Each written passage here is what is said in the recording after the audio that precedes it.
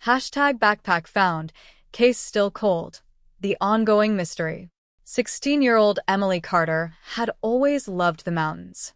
Growing up in Bend, Oregon, she spent much of her childhood hiking trails with her father and photographing wildlife with a small digital camera she carried everywhere. Her mother often joked that Emily noticed details other people missed. While her friends obsessed over parties and shopping malls, Emily preferred waterfalls, abandoned cabins, and quiet forests. In July 2008, summer vacation was in full swing. Emily had plans to attend college one day and dreamed of becoming a wildlife photographer. Nothing about that warm Saturday morning suggested that it would become the last day anyone would see her. Emily told her parents she was meeting friends later in the afternoon, but first she wanted to spend a few hours hiking near the Cascade Mountains. It wasn't unusual. She knew the trails well and had visited the area countless times. By evening, she hadn't returned. At first, her parents assumed she had stayed with friends. But as darkness fell and repeated phone calls went unanswered, anxiety replaced confidence. By midnight, her father, Robert Carter, was driving the roads around the mountains while her mother, Susan, contacted police. Search teams were organized immediately. Volunteers, rescue dogs, helicopters, and deputies combed miles of wilderness. Nothing. No footprints. No signs of struggle. No evidence. It was as if Emily had vanished into thin air. Weeks later, hope was fading when a volunteer searcher made a disturbing discovery. Near an abandoned logging road, hidden beneath fallen branches and partially buried by dirt, lay Emily's backpack. Detectives rushed to the scene. Inside, they found her digital camera, her journal, her cell phone, her wallet. Everything. Except Emily. The discovery raised more questions than answers. The phone battery was dead. The journal ended with ordinary entries. No farewell. No indication she planned to disappear. The camera contained photographs taken that day. Pictures of trees. Birds. Cloud formation. And one image that disturbed investigators. A blurry photograph taken at 2:47 p.m. In the background stood what appeared to be a man. His face wasn't visible. He was simply standing near an old pickup truck. The image quality made identification impossible. Detectives released nothing publicly. They hoped someone would come forward. Nobody did. Months passed. Then years. Leads dried up. Witnesses forgot details. Friends moved away. The Carter family continued searching, refusing to give up hope. Detective Daniel Mercer never forgot the case. At 48 years old in 2008, Mercer had been one of the lead investigators. He had seen murders, kidnappings, and missing persons before, but Emily's disappearance haunted him differently. Nothing made sense. The backpack seemed staged. Why leave valuable items behind? Why hide the bag? Why remove Emily but leave everything else? Mercer believed someone had deliberately placed the backpack there after she disappeared, but proving it was another matter. Eventually, the case became cold. Mercer retired.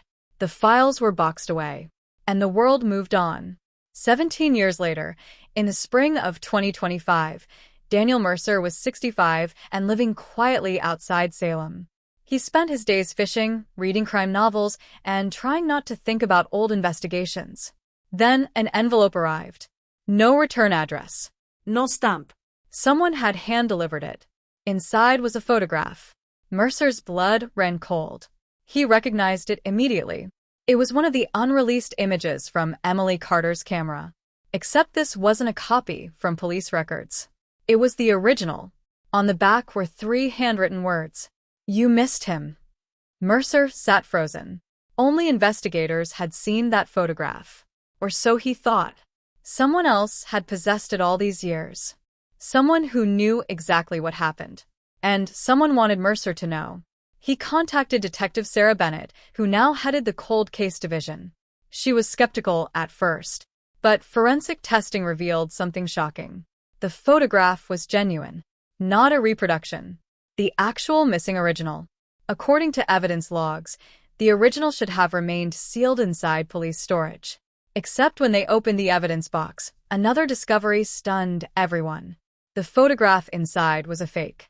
Somehow, years earlier, someone had switched them, which meant the evidence room itself had been compromised. Sarah reopened the case immediately. News spread quickly. Media outlets across Oregon covered the development. Public interest exploded. Thousands of tips flooded in. Most were useless. But one caught Sarah's attention. A retired mechanic named Walter Grady claimed he remembered repairing an old pickup truck matching the blurry image. He recalled the owner, a local logger named Thomas Reed. Reed had died in 2017, but investigators dug deeper. His son, Eric Reed, still lived in Oregon. 43 years old. Divorced. Quiet. No criminal record. When questioned, Eric denied any knowledge of Emily. Yet something bothered Sarah. Eric seemed genuinely nervous whenever the photograph was mentioned. Investigators obtained records from Thomas Reed's property. Satellite images showed that an old storage barn once stood near the abandoned logging road. Ground-penetrating radar revealed signs of previous excavation. Excitement spread. Could Emily finally be found? Teams searched the property. Hours passed. Nothing. Then they uncovered animal bones. Not human. Another dead end. Months passed. Mercer grew frustrated. Someone had mailed the photograph for a reason. But why now? One evening, Sarah received another anonymous package. Inside was a single cassette tape. Attached was a note. Listen carefully. The recording contained static, wind noise, and voices. Mercer nearly dropped the player when he heard one voice. Emily. She was laughing. Alive. Then another voice. Male. Unfamiliar. After several seconds, Emily asked, "Do you really live out here?" The recording ended. Experts dated the cassette to around 2008. Investigators enhanced the audio. Background sounds revealed running water, bird calls, and something unexpected. A train horn. Sarah contacted railroad historians. Only one freight route near the Cascade Mountains matched the timing and sound profile. The area narrowed considerably. Near an isolated valley containing abandoned cabins. Search teams investigated. Most structures had collapsed, but one remained standing. Inside, they found old furniture, newspapers from 2008, and evidence someone had once lived there. DNA samples were collected. Weeks later, results arrived. No match. Another disappointment. But Mercer noticed something strange. The cabin contained photographs, nature scenes, Birds. waterfalls. Exactly the kind of images Emily loved taking. Had she visited there willingly? Or had someone studied her interests? As investigators examined old records, they uncovered a forgotten witness. Margaret Lewis, 79 years old. In 2008, she had owned a small grocery store near the mountains. When shown photographs, Margaret became pale. She remembered Emily, and she remembered seeing her talking to an older man days before the disappearance. Not Thomas Reed. Someone else. He seemed friendly, Margaret recalled. Emily wasn't scared. Margaret described him as tall, with gray hair and glasses. Investigators created a sketch. Nothing. Until Mercer stared at the image and felt a chill. He knew that face. Retired forest ranger Samuel Wheeler. Mercer had interviewed Wheeler during the original investigation. He had provided maps and assisted search teams. At the time, nobody suspected him. Samuel Wheeler had died in 2019. His widow, Patricia, agreed to speak. She described her husband as kind and respected, but eventually admitted something disturbing. Samuel often spent nights away from home. He kept secrets, and he maintained a locked shed she had never entered. After his death, she had sold the property. Investigators tracked down the new owner. The shed still stood. Inside they found camping gear, Maps. old photographs, and dozens of newspaper clippings about missing persons. Mercer's heart pounded. Then came the most disturbing discovery. A photograph of Emily Carter, taken from a distance, weeks before she disappeared. For the first time in 17 years, investigators believed they had identified a suspect. But Samuel Wheeler was dead.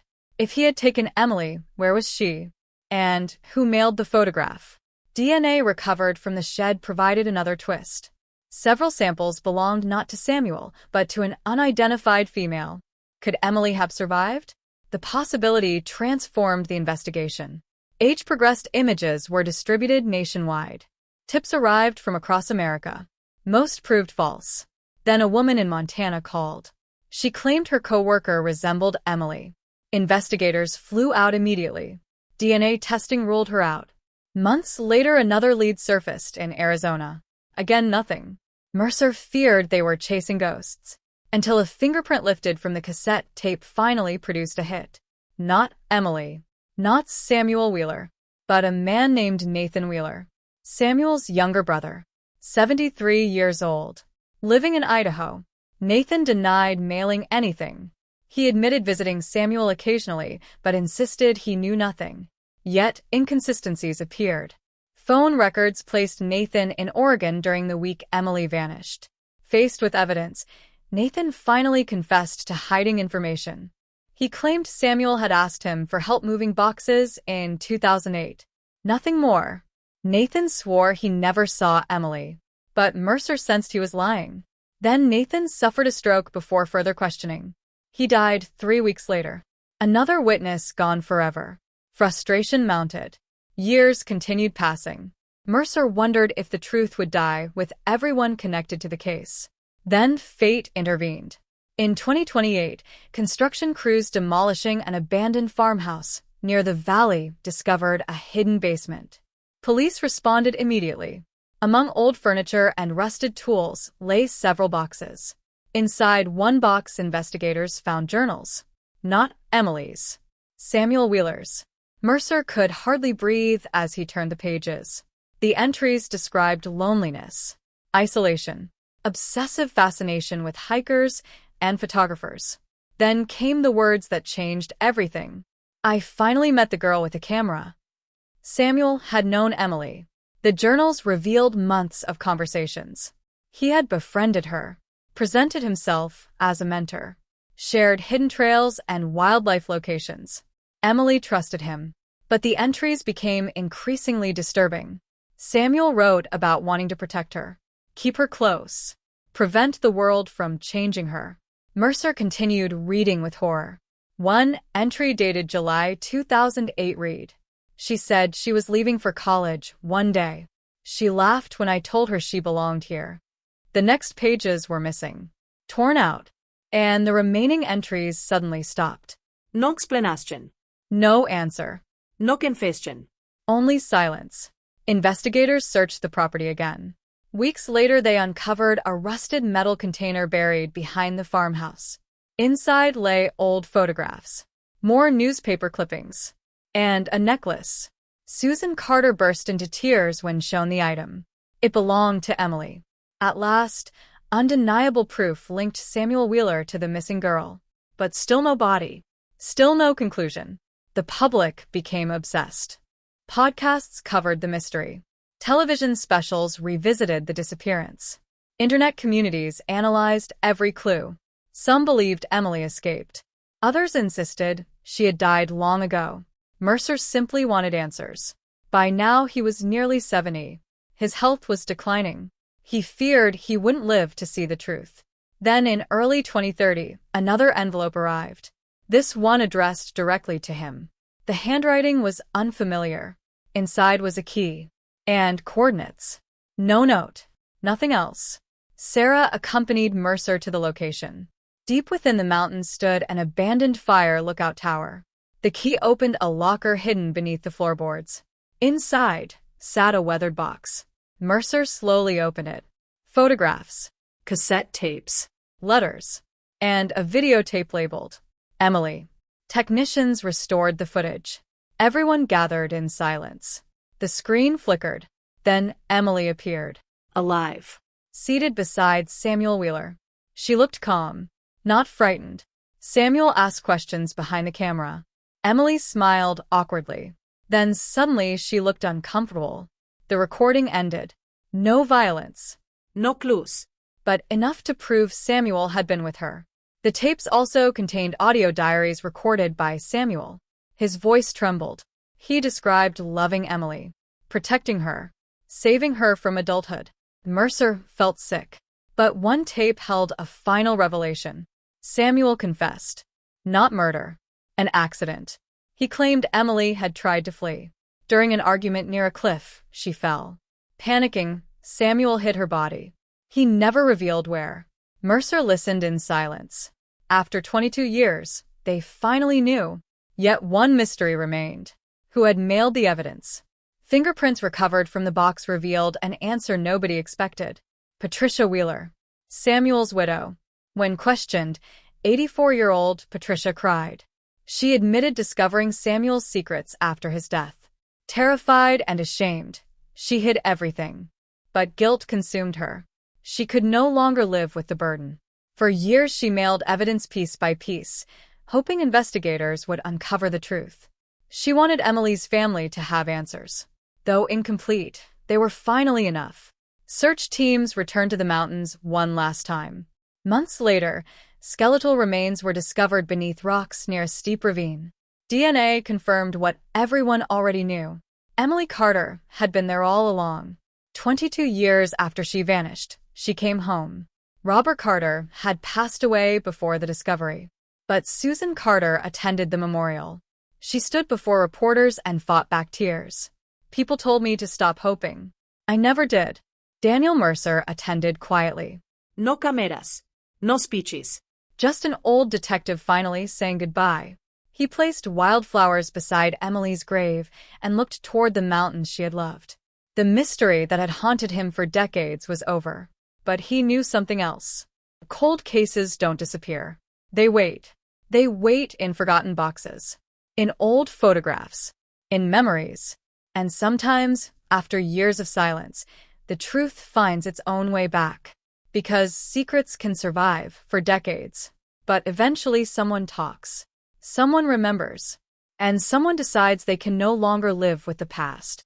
And when that day comes, even the coldest case can finally come home.